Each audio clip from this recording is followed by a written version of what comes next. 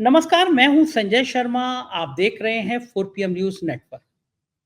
क्या प्रधानमंत्री नरेंद्र मोदी एक ऐसी भारतीय जनता पार्टी बनाना चाहते हैं, जिसमें संघ का कोई लेना-देना ना हो? ये जो संघ के प्रचारक हैं, ये संघ मुख्य प्रमुख हैं, मोहन भागवत जी जो डायलॉग बोलते रहते हैं, आदमी को भगवान नहीं समझना चाहिए, आदमी को आदमी रहना चाहिए।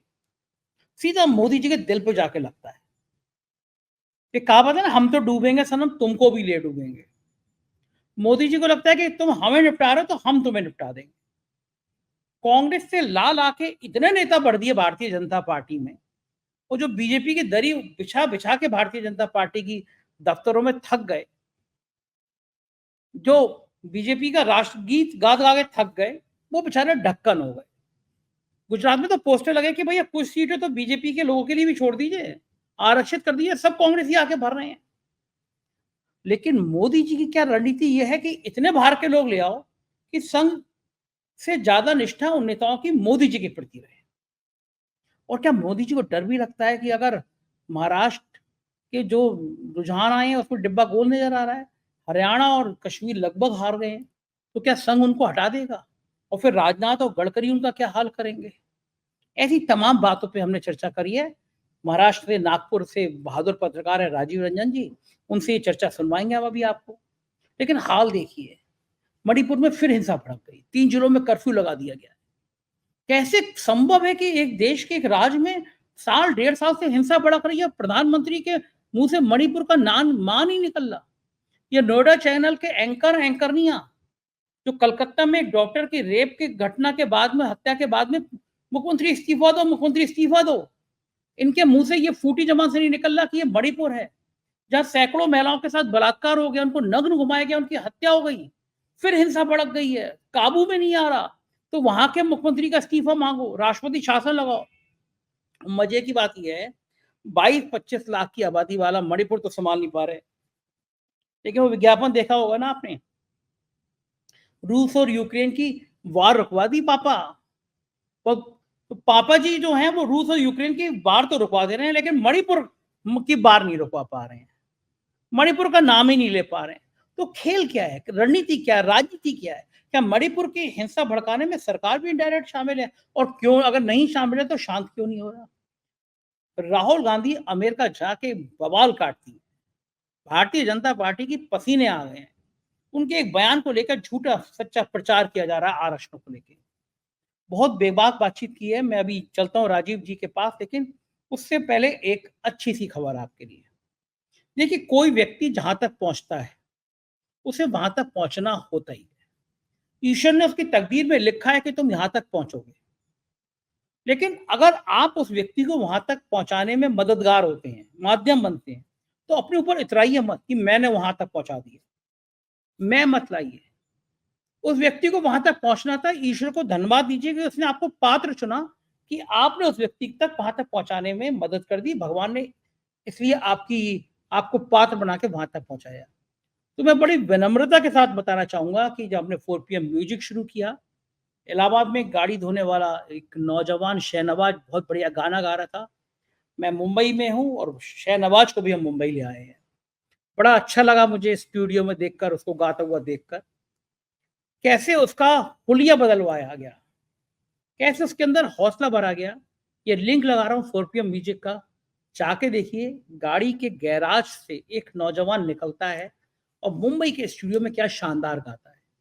आप 4 PM म्यूजिक को सब्सक्राइब करिएगा, और इस नौजवान की हिम्मत बढ़ाने के लिए हम 4 PM म्यूजिक का मकसद ये कि देश भर में ऐसे जितने गरीब लोग हैं, कोई रिक्शा चला रहा है, कोई खेत में काम कर रहा है, कोई बर्तन धो रहा है, कोई पेंटिंग कर रहा है, लेकिन आवाज सुरीली है, भगवान ने सुरीली आवाज की।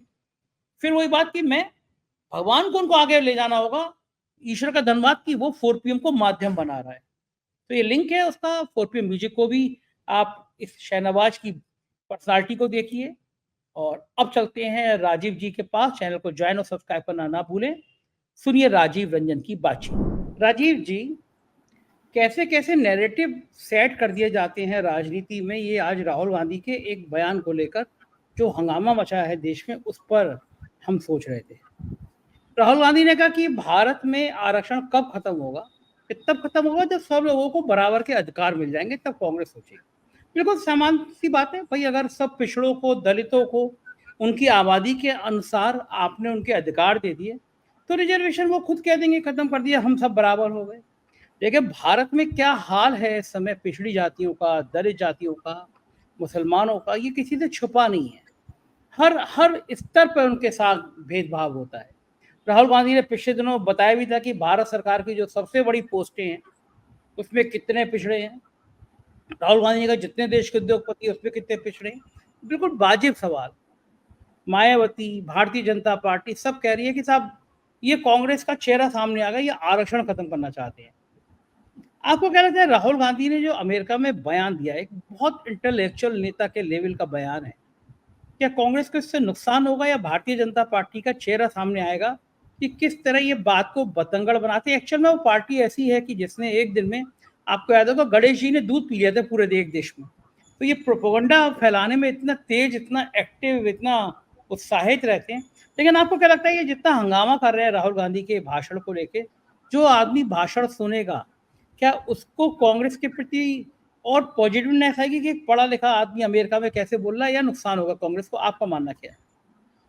देखिए, नुकसान होने का तो सवाल ही नहीं उठता। अब एक्सपोज हो गए इन लोग की प्रोपेगेंडा मीडिया के द्वारा जो है। आज आप देखिए जितने भी मीडिया के चैनल्स हैं, इन सबके मालिक स्वर्ण, ये सारे के सारे भाजपा की गोदी में बैठे हुए हैं, ठीक है। और वहां से एडवर्टीजमेंट का भारी भरकम बजट इनको मिलता है। तो इनका एक ही काम है कि कुछ भी राहुल गांधी बोले या कांग्रेस पार्टी का कोई अन्य प्रवक्ता बोले, उसकी बात को तोड़ मरोड़ के अर्थ का अनर्थ बना के जनता के सामने पेश किया जाए।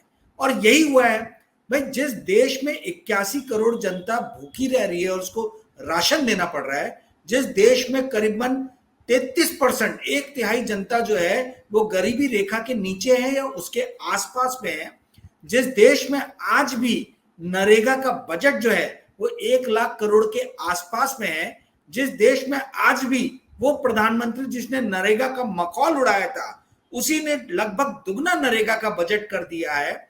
ये ऐसा देश है जहां पर नरेगा से लेके तो समाज के निचले पायदान पे बैठे हुए लोग जो जातिगत है, ना केवल आर्थिक बल्कि जाति के भी आधार पर उन लोगों के साथ जिस तरीके से भेदभाव किया जा रहा है, उस भेदभाव को दूर करने के लिए जो नेता, एकमेव नेता जोर से प्रयास कर रहा है, प्रयासरत है कि किसी भी तरीके से जातिगत जो है वो सर्वेक्षण किया जाए और उस जातिगत सर्वेक्षण में पता लगाया जाए कि भाई आखिर कितने लोग हैं जो निचली जाति के हैं, जो निचले पायदान में समाज के बैठे हुए हैं, उनको उनका प्रपोर्शन क्या है।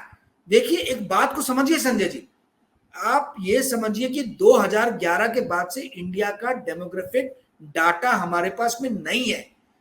उस 2011 के बाद से इस देश में जनसंख्या गिनती का जो काम है वो हुआ ही नहीं है। तो ये जितने भी कयास या जो भी बातें बोली जा रही हैं, खासतौर पे प्रोपेगेंडा मीडिया द्वारा, उनसे ये पूछना चाहिए कि पहले तो आप ये सवाल कीजिए कि 2011 के बाद से यदि ये देश में विकास हुआ है, यदि इस देश के पास में धन है, तो एक जनसंख्या गिनती, पॉपुलेशन जो सेंसस जो रहता है वो कराने के लिए पैसे क्यों नहीं है इस देश की सरकार के पास में? वो क्यों नहीं जनसंख्या गिनती करा रही है, गणना क्यों नहीं करा रही है?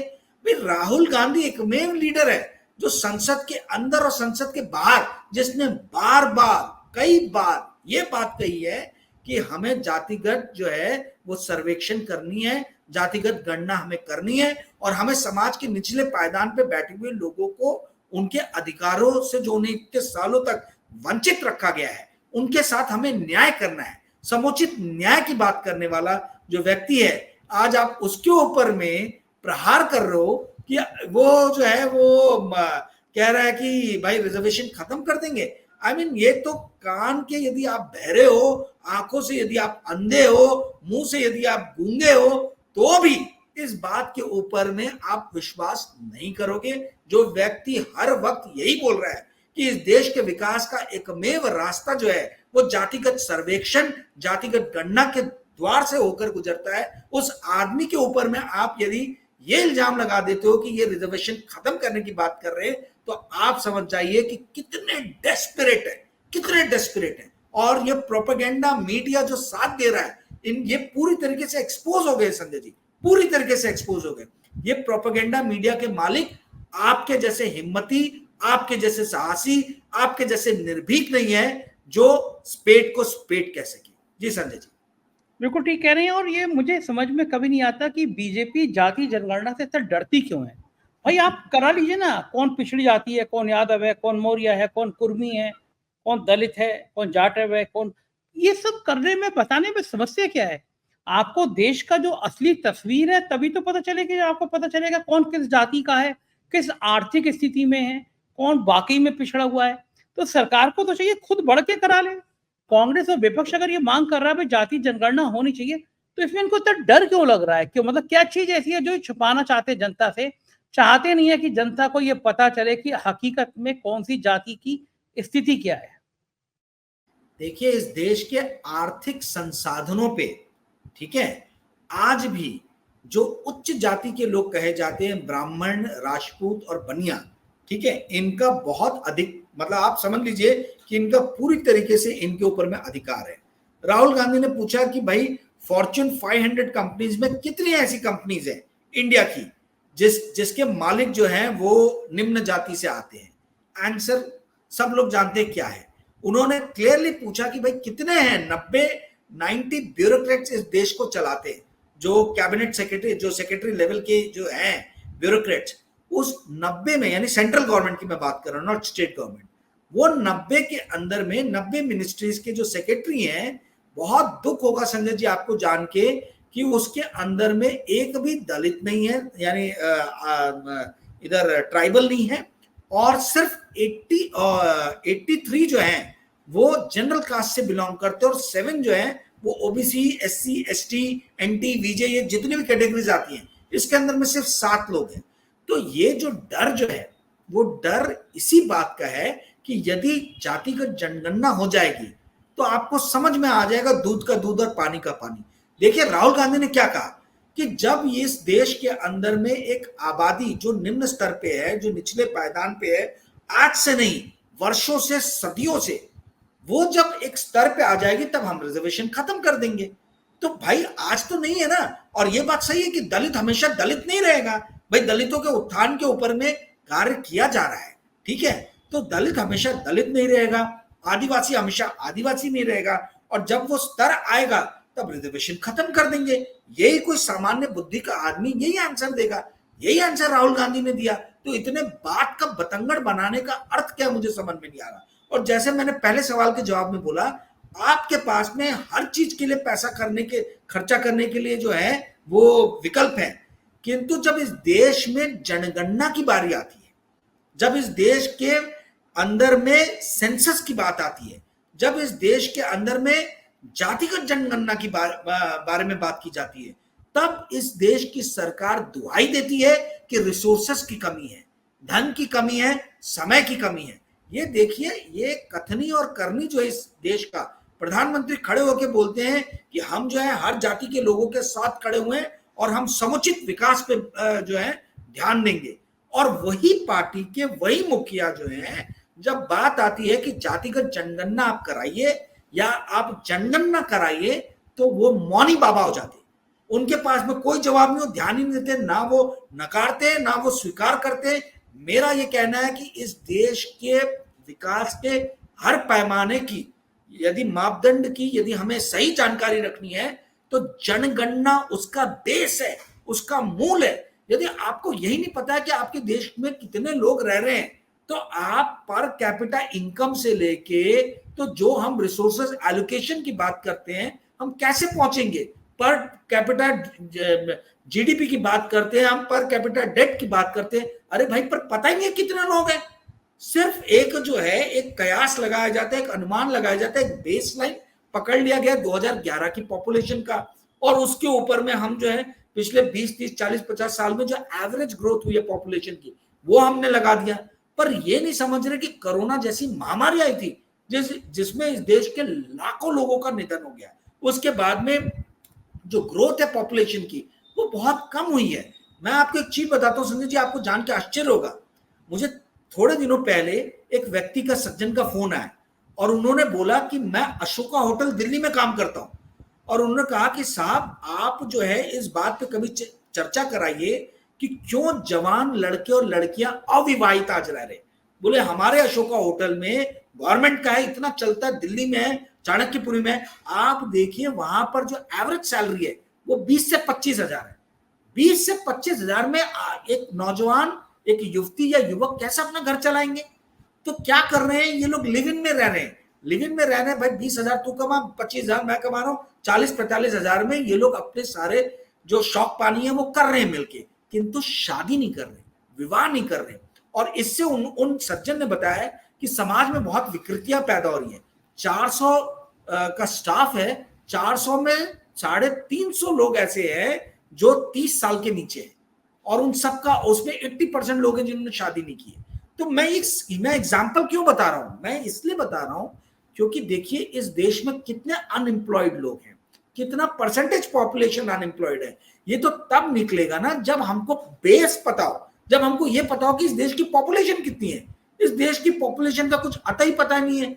आप बोलते 140 करोड़ है, 145 करोड़ है, 135 करोड़ है, जिसका जो मन में आ रहा है वो कयास लगा रहा है। ये आज की डिमांड है, समय की डिमांड है कि जल्द से जल्द इस देश में जनगणना हो और जातिगत जनगणना हो। जी संजय जी, बिल्कुल ठीक कह रहे हैं। और इस बीच में इस राजनीति से अलग हटके चलते हैं, और दिल दहलाने वाली खबर है कि मणिपुर में फिर हिंसा भड़की है। इंटरनेट बंद कर दिए गए हैं, 3 जिलों में कर्फ्यू लगा दिया गया है। 1-1.5 साल हो गया, 22 लाख 25 लाख की आबादी वाला मणिपुर नहीं संभल रहा। खबर आ रही है कि अजीत डोभाल साहब को भेजा जा रहा है कि यूक्रेन में जाकर रूस और यूक्रेन का युद्ध रुकवाओ। पापा ने युद्ध रुकवा दिया। पापा ने युद्ध रुकवा दिया। एंकर और एंकरनियों के, नोएडा चैनल के एंकर एंकरनियों के डांस मैंने और आपने दोनों ने देखे हैं कि पापा इतने बहादुर हैं। गए और पापा ने कहा कि अभी युद्ध रोको, मैं अपने बच्चे ले जाने हैं घर पे। ऐसी नौटंकी भरी बातें हमने गोदी मीडिया की मेन स्ट्रीम चैनल पे 10 बार सुनी है। लेकिन वो पापा जी अब छोटी सी 22-25 लाख की आबादी का युद्ध नहीं रुकवा पा रहे, लड़ाइयां नहीं रुकवा पा रहे हैं, दंगे नहीं रुकवा पा रहे हैं। आप सोचिए, गवर्नर के घर पे पथराव हुआ, इससे ज्यादा हालात क्या खराब होंगे। कलकत्ता में एक डॉक्टर के संग रेप और हत्या के बाद बंगाल का मुख्यमंत्री का इस्तीफा मांगने वाले गोदी मीडिया के एंकर और एंकरनियों को मणि के मुंह से मणिपुर का मान नहीं निकल रहा। डैडी जी तो गायब है, डैडी जी विदेश घूम रहे हैं लगातार। मणिपुर कैसे संभलेगा? प्रधानमंत्री को, सरकार को होश ही नहीं है। वो हमारे देश का एक राज्य है। इतनी बुरी तरह से लग रहा है, पूरी दुनिया उस पर रिपोर्ट कर रही है, पूरी दुनिया लिख रही है कि भारत का एक ऐसा राज्य है जहां आग लगी हुई है, जहां हिंसा हो रही है, जहां बेकसूर मारे जा रहे हैं, जहां महिलाओं को नग्न करके घुमाया जा रहा है, महिलाओं के साथ बलात्कार किया जा रहा है, उनकी हत्या की जा रही है। सरकार पे फर्क ही नहीं।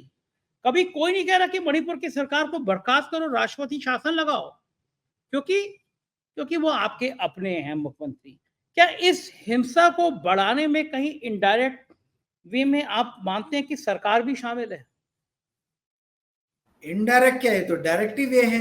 भाई आप यदि हिंसा नहीं रोक पा रहे हो और प्रेसिडेंट रूल वहां नहीं लग रहा है, तो ये तो क्लियरली समझ में आ रहा है कि भाई यदि सरकार अक्षम है, यदि सरकार जो है निकम्मी नकारी है, राज्य सरकार की मैं बात कर रहा हूं, यदि वो किसी भी तरीके से हिंसा को रोक पाने में विफल है, तो प्रेसिडेंट रूल लगना चाहिए था। हमने देखा है कि मिलिटेंसी के दौर में पाकिस्तान, अपना पंजाब में क्या हुआ, हाँ वहां प्रेसिडेंट रूल बहुत लंबे समय तक रहा। हमने ये देखा है कि जम्मू कश्मीर में क्या हुआ। तो मणिपुर क्यों अपवाद होना चाहिए? मणिपुर में अभी तक प्रेसिडेंट रूल क्यों नहीं लगा, ये मेरा सवाल है। यदि आपकी राज्य सरकार, जो कि भारतीय जनता पार्टी की सरकार है, यदि वो सफल नहीं हो रही है, इसका मतलब है कि ये हिंसा जो है ये एक डिजाइंड हिंसा है। ये एक डिजाइन के द्वारा जो है इस हिंसा की प्रक्रिया को जो है जारी रखा गया है। अब आप एक बात समझिए, इस देश के अंदर में 14 लाख सिर्फ इंडियन आर्मी है, एयरफोर्स नेवी की बात नहीं कर रहा हूं मैं, पैरामिलिट्री फोर्सेस हैं 2.5-3 लाख के आसपास में। 25 लाख की आबादी वाला जो राज्य है, आपके पास में इजीली वहां पे लगाने के लिए, डिप्लॉय करने के लिए फोर्सेस हैं। ऐसा नहीं है कि नहीं है। वैसे हमारे ईस्टर्न बॉर्डर पे काफी सारे आर्मी स्टेशन हैं, पैरामिलिट्री की फोर्सेस हैं। मुझे ये नहीं समझ में आ रहा है कि ये कुकी मैत्री के अंदर में जो असामाजिक तत्व हैं यदि दोनों ही समुदायों में देख लें, जो हिंसा को अहिंसा के ऊपर मानते हैं, जो हिंसा के द्वारा ही अपने सारे विवादों को सुलझाना चाहते हैं, ये कितने होंगे संजय जी, आप बताइए मुझे। 25 लाख में कितने होंगे? तो क्या हमारी पैरामिलिट्री फोर्सेस, क्या हमारी डिफेंस इन लोगों को काबू कर पाने में अक्षम है क्या? और यहां तक कि मणिपुर के पास अपनी पुलिस बल भी है। तो यदि ये नहीं हिंसा रुक रही है, तो इसका अर्थ है कि ये बाय डिजाइन हिंसा जो है इसको जारी रखा जा रहा है। ये जो हिंसा जो है, अब सवाल ये उठता है कि ये हिंसा जारी रखने में फायदा किसका है और क्यों ये हिंसा जारी रखी जा रही है, ये सबसे बड़ा सवाल है। ये सवाल का जवाब मैं भी अभी तक नहीं ढूंढ पाया हूं। मुझे समझ में नहीं आ रहा कि किसका बेनिफिट है। ये 1.5 साल से जो हिंसा चल रही है, इसमें बेनिफिट बीजेपी का तो होता हुआ कुछ मुझे दिख नहीं रहा। वो दोनों लोकसभा सीट हार गए वहां से, तो ये बेनिफिट किसका? ये कोई कॉर्पोरेट हाउस है क्या? किसी कॉर्पोरेट घराने का वहां से कोई बेनिफिट है? ये क्या बेनिफिट के द्वारा जो है एक बाय डिजाइन जो है हिंसा वहां जारी है, ये समझने की जरूरत है। कुछ लोग बोलते हैं कि भाई वहां पर जो है ड्रग्स की खेती होती है, ठीक है, और उस ड्रग्स की खेती के लिए जो है अफीम उगाया जाता है, गांजा उगाया जाता है। तो इसके इस वर्चस्व की लड़ाई में कि कौन वहां पे ज्यादा से ज्यादा एरिया को कैप्चर करे, ये लड़ाई चलाई जा रही है। पर ये सब सुनी सुनाई बातें, हमारे पास कोई एविडेंस नहीं है। ये बात गवर्नर ने, स्टेट गवर्नमेंट ने, किसी ने भी नहीं कही है, ठीक है। तो अब मुझे ये समझना है और जानना है कि भाई ये जो हिंसा जारी है, इस हिंसा का फायदा किसको मिल रहा है, कौन है, ये क्यों नहीं हिंसा रुक पा रही है? क्या हमारे देश की सरकार, क्या इस राज्य की सरकार इतनी अक्षम है कि वो इस हिंसा को रोकने में बार बार हर बार विफल हो जा रही है? क्या हमारी इंटेलिजेंस की जो एजेंसीज है वो इतनी ज्यादा निकम्मी नकारी है कि उनको खबर ही नहीं मिल रहा कि हिंसा को किस तरीके से जो है बार बार प्रज्वलित किया जा रहा है, किस तरीके से हिंसा को बार बार जो है उसको बढ़ाया जा रहा है? ये बहुत सारे हमारी प्रणाली और संस्थाओं के काम करने की प्रक्रियाओं पे प्रश्न चिन्ह लगाता है। जी संजय जी। बिल्कुल ठीक कह रहे हैं। ये लगातार सवाल तो खड़े करता है, लेकिन साहब तो गायब है। 3 महीने हुए हैं सरकार को। प्रधानमंत्री जी, एक देश, दूसरा देश, तीसरा देश, और वो सबसे छोटी आबादी वाला देश, उसके राजा की मैंने कहानी पढ़ी कि उस देश में क्या खासियत है, मैं तो हैरान रह गया। सोने का महल है उस राजा का, सोने के हवाई जहाज है, 900 करोड़ का उसने हवाई जहाज में एसेसरीज लगाई है। उसकी विलासिता की कहानी पढ़ के आप दंग रह जाएंगे। हमारे प्रधानमंत्री जी वहां भी गए उस विलासी राजा का सारा महल देखने के लिए। डगर डगर घूम रहे हैं, देश देश घूम रहे हैं। अजीत डोभाल को भेजा जा रहा है, सुनने में आया, लेकिन प्रधानमंत्री जी को मणिपुर का मां भी नजर नहीं आ रहा। इनको, प्रधानमंत्री जी को थोड़ा शर्म से नहीं आती होगी कि पूरा देश क्या सोच रहा है? 1.5 साल से देश का एक राज्य चल रहा है, प्रधानमंत्री का एक भी दौरा नहीं। राहुल गांधी तो जलते हुए राज्य के बीच में हुआ है, लोगों तो शांति की अपील करी। प्रधानमंत्री को लगता है ये तो है ही नहीं भारत में, यार छोड़ो ना, जलने दो, लगने दो। ये विदेश इतना क्यों घूम रहे हैं प्रधानमंत्री जी? मतलब अभय दुबे जी के संग शो कह रहा था, अभय जी कह रहे थे रिटायरमेंट प्लान है। रिटायरमेंट से पहले आदमी घूमता है ना, तो ये रिटायरमेंट प्लान है। लेकिन आपको क्या लगता है ये 3 महीने में लगातार एक के बाद एक विदेश दौरा, प्रधानमंत्री जी चाह क्या रहे हैं, इतना घूम क्यों रहे हैं? देखिए, विदेश दौरों द्वारा इनकी एक इमेज बनाई जा रही है। ये हर तरीके से हर फ्रंट पे फेल हो गए। आर्थिक फ्रंट पे फेल हो गए हैं, देश में 81 करोड़ लोगों को राशन देना पड़ रहा है। ये गृह के जो होम मिनिस्ट्री की जो टर्फ है उसमें फेल हुए हैं। आपके देश के अंदर में घुस के कैसे 54 सीआरपीएफ के जवान शहीद हुए थे, आज तक उसका इन्वेस्टिगेशन चल रहा है और किसी को पता नहीं है। आज मणिपुर जल रहा है, किसी को पता नहीं है। इस देश के अंदर में कितने पेपर लीक हो रहे हैं, कौन सा माफिया काम कर रहा है, ये किसी को पता नहीं है। ये इंफ्रास्ट्रक्चर के मामले में फेल हो गए, पुल गिर रहे हैं, रेलवे गिर रही है, हर चीज गिर रही है, ठीक है। वहां पे जो है कोई किसी भी तरीके का जो है इनको सफलता मिलते हुए नजर नहीं आ रही है। तो आप जब इंफ्रास्ट्रक्चर के फ्रंट पे फेल हो, जब आप इकोनॉमी के फ्रंट पे फेल हो, जब आप होम मिनिस्ट्री के टर्फ पे, होम अफेयर्स के टर्फ पे फेल हो, तो आपके पास में बच क्या जाता है दिखाने के लिए? तो ये जो है ये दिखा रहे हैं कि फॉरेन पॉलिसी जो है, मेरा कद जो है फॉरेन नेशंस में बहुत बढ़ गया है। और चूंकि इस देश की पढ़ी लिखी जनता है जो भूखी है आत्मसम्मान के लिए, तो ये एक्चुअल में उनको अपील करने के लिए ये इनिशिएटिव्स लिए जा रहे हैं। ये जो इतने फॉरेन ट्रिप्स जो विजिट की जा रही है, उसके मूल में सिर्फ एक ही कारण है कि इस देश का जो पढ़ा लिखा नौजवान है या जो मिडिल क्लास जो पढ़ा लिखा है, उनको समझ में आए कि हमारे देश के प्रधानमंत्री का वर्चस्व कितना बढ़ गया है फॉरेन अफेयर्स में और ग्लोबल फ्रंट पे। ये दिखाने का प्रयास किया जा रहा है कि कैसे हमारे देश के प्रधानमंत्री जो है, इनका जो ग्राफ भले देश के अंदर में जो डगमगा गया हो, बट देश की सीमाओं के बाहर जो है इनका ग्राफ निरंतर बढ़ता चला जा रहा है। एक प्रोग्राम में, शो में मैंने आपसे जब बात की थी, तो आपने मेरे से सवाल किया था कि ये पहले रशिया गए, फिर यूक्रेन गए, ये करना क्या चाह रहे हैं? और मैंने आपको उस वक्त कहा था कि देखिए, नरेंद्र मोदी जी जो है वो प्रयासरत है कि वो कैसे भी लीडर से अब स्टेट्समैन की कैटेगरी में आ जाए। और स्टेट्समैन की कैटेगरी में आप कैसे आएंगे लीडर से? जब आप दिखाएंगे कि आप ग्लोबल लेवल पे, वैश्विक स्तर पे शांति स्थापित करने के लिए, अहिंसा को बढ़ावा देने के लिए कितना बड़ा कार्य कर रहे हैं। दो देश लड़ रहे, रशिया यूक्रेन, जिसकी फाइट जो है वो बाइडेन या कमाला हैरिस या बड़े बड़े नेता नहीं खत्म करा पाए, वो जो है वो जाके नरेंद्र मोदी खत्म करने वाले, शी जिनपिंग में नहीं कर पाए। तो इनका जो है ये कुछ नहीं है, इमेज क्रिएशन जो है ये इसके मूल में है। और संजय जी, एक चीज समझिए, देखिए हमारे पड़ोसी सारे मुल्कों से संबंध बिगड़े हैं पिछले 10 साल में, ये चीज हम लोगों ने देखा है। मालदीव जो है उसके साथ में संबंध बिगड़े, हमने नेपाल के साथ में संबंध बिगड़ते हुए देखे। बांग्लादेश में तो ऐसा हो गया है कि वहां की जनता भारत के विरोध में हो गई है, क्योंकि हमने वहां से भागी हुई, जिसको जनता ने दौड़ाया, जिसको जनता ने भगाया, वो आके भारत में पनाह ले रही है। श्रीलंका के साथ में हमने देखा चाइना से कैसे नजदीकियां बढ़ गई हैं। तो आप ये क्या सिंगापुर, यूक्रेन, रशिया के दौरे कर रहे हो? आपको तो पहले अपने बॉर्डरिंग नेशन जो है यहां पे जाके विजिट करके अपने रिलेशनशिप को स्ट्रॉन्ग करने की जरूरत थी। आप उस चीज की अनदेखी कर रहे हो। आप फॉरेन पॉलिसी में कोई तो भी मतलब बड़ा छुपा हुआ देश, ब्रुनेई और इस टाइप के देशों का विजिट कर रहे हो। मुझे ये नहीं समझ में आ रहा कि फॉरेन पॉलिसी के अंतर्गत आप उसमें क्या पाने वाले हो, आपको क्या सफलता मिलेगी। देखिए, 2-3 चीजें जो मोटी मोटी मुझे समझ में आती है इनके फॉरेन पॉलिसी विजिट से। यदि भारत को संयुक्त राष्ट्र संघ की स्थायी सदस्यता मिल जाती तो मैं ये मानता कि हाँ भाई, ये फॉरेन पॉलिसी में सक्सेसफुल हुई। या फिर भारत का आईएमएफ या वर्ल्ड बैंक में कद बढ़ जाता। कद कैसे बढ़ता? यदि वोटिंग राइट्स आपको ज्यादा मिलते। क्या आपको मालूम है संजय जी, इंडिया का वोटिंग राइट जो है, ठीक है, टोटल वोटिंग परसेंटेज अगर 100% है सारे देशों का मिला के, तो इंडिया का वोटिंग परसेंटेज सिर्फ 2.63% है आईएमएफ के अंदर में। यहां तक कि इटली जैसा देश जो इंडिया से इतना छोटा है, उसका भी 3% जो है उसका वोटिंग परसेंटेज है उसके इटली के पास में। फ्रांस हमसे आगे है, 4.03% है मेरे ख्याल से।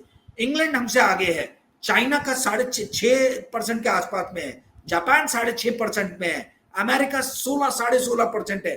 तो भाई आईएमएफ, वर्ल्ड बैंक में ही आपकी जो है आपका वेट इंडिया का बढ़ गया रहता, तो मैं मानता कि भाई फॉरेन पॉलिसी में जो है ये सक्सेसफुल हुए।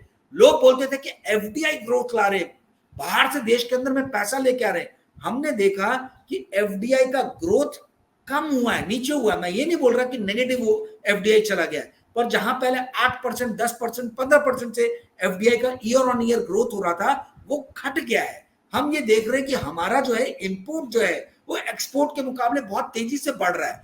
तो मुझे ये नहीं समझ में आ रहा कि इतने सारे फॉरेन विजिट का निकल के क्या आ रहा है, निष्कर्ष क्या निकल के आ रहा है। हमारे संबंध खराब हुए पड़े हैं अपने पड़ोसी मुल्कों से।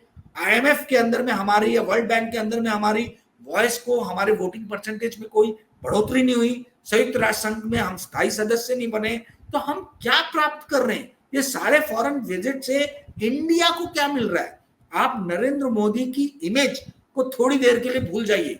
भारत एज ए देश, as a country, what we are getting, what we are gaining, इस चीज का जवाब जो है यदि भारतीय जनता पार्टी के स्पोक पर्सन देंगे तो मुझे बहुत इस बारे में खुशी होगी जान के कि वो क्या क्या कहना चाहते हैं। क्यों आईएमएफ, वर्ल्ड बैंक पे हम लोग की क्यों नहीं, या संयुक्त राष्ट्र संघ में क्यों नहीं हमारा कद बढ़ रहा है? जी संजय जी, एक आखिरी सवाल, बहुमत ना मिलने के बाद अब जो मोदी जी की फोटो देखते हैं, वीडियो देखते हैं, अब वो एक थके हुए प्रधानमंत्री नजर आने लगे हैं। इसको चिंता है कि कश्मीर और हरियाणा हाथ से निकल रहा है। लगभग सभी मान रहे हैं कि दोनों राज्यों में बीजेपी हार जाएगी। उसके बाद संघ और आक्रामक होगा। मोहन भागवत कह रहे हैं किसी को अपने आप को भगवान नहीं समझना चाहिए। क्या डर नहीं लगता वो उनको कि अगर गड़बड़ाया तो राजनाथ सिंह गडकरी बन गए तो उनके यहाँ उनके घर शाम को चाय पीने वाला भी मेरे ख्याल से अमित शाह के अलावा कोई दूसरा नाम आपको नजर आता है उनके साथ जाके शाम की चाय भी पी लेगा? देखिए, जैसी करनी वैसी भरनी। आपने अपने गुरु लाल कृष्ण आडवाणी जी का क्या हाल किया है?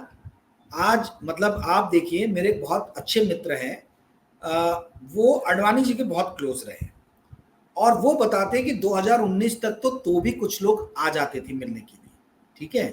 2019 के बाद से तो आडवाणी जी के साथ में यदि उनके परिवार के सदस्यों को निकाल दें तो सबसे ज्यादा समय इन्होंने बिताया। अब आप सोचिए, कोई राजनेता नहीं है, कोई ब्यूरोक्रेट नहीं है, कोई नहीं है, ठीक है, ये मेरे मित्र हैं, तो ये हालत इनकी भी होगी भाई। जब आपने अपने गुरु का ऐसा हाल कर दिया, जिन्होंने आपको हर पल हर वक्त आपको बचाया, ठीक है, जब आपके खिलाफ इस देश का प्रधानमंत्री भी आपको हटाने की बात कर रहा था, उस वक्त भी उस आदमी ने आपके दामन को थामे रखा और आपको जो है शक्ति प्रदान की। यदि ऐसे व्यक्ति को आप जो है मतलब पूरी तरीके से पॉलिटिकली दरकिनार करके आपने जो एग्जाम्पल सेट किया है, जो प्रेसिडेंट सेट किया है, वही तो आपके साथ भी होगा। जैसा आप बोओगे वैसा आप काटोगे। आप एक बात समझ लीजिए संजय जी, ये लोग समझ नहीं पा रहे हैं, राष्ट्रीय स्वयंसेवक संघ जो है, इसकी यदि आज चली तो आज नरेंद्र मोदी को हटा देंगे। किंतु सब देखिए, इन्होंने भी बहुत ही कुटिलता से, बहुत ही चतुराई से जो बीजेपी के अंदर में कांग्रेस और बाहर के दूसरे दलों से जो लीडर्स पॉपुलेट किए हैं, जो लेके आए हैं, जो इंपोर्ट किया है, उसका कारण ही है कि वो एक ऐसी पार्टी बना देना चाहते हैं जहां पर पार्टी की ताकत जो है वो मदर ऑर्गेनाइजेशन जो राष्ट्रीय स्वयंसेवक संघ है उसके पास ना रहे। ज्योतिरादित्य सिंधिया की लॉयल्टी किसके साथ में रहेगी? आरएसएस के साथ में रहेगी कि नरेंद्र मोदी के साथ में रहेगी? अशोक चौहान की लॉयल्टी किसके साथ रहेगी? हेमंत बिश्व शर्मा की लॉयल्टी किसके साथ रहेगी? जतिन प्रसाद जो है उनकी लॉयल्टी किसके साथ रहेगी? तो इन्होंने पार्टी को जान कैसा स्वरूप दिया है, और इसी उसमें आपको आपके प्रश्न का मैं मतलब इसी में जवाब आप जो है मिल जाता है। जी, बहुत बहुत शुक्रिया राजीव भाई, इतनी सारी बातचीत की, बहुत मजा आया। थैंक यू भाई। तो ये थे राजीव रंजन जी, और बेबाक होके बता रहे थे कि कुछ तो खेल है मणिपुर में भी, और साहब ने जब आडवाणी को नहीं छोड़ा तो नंबर तो आपका भी लगेगा। कैसी लगी बातचीत बताइएगा जरूर, मुझे आपकी राय का इंतजार रहेगा। बहुत बहुत शुक्रिया, थैंक यू इस प्यार के लिए।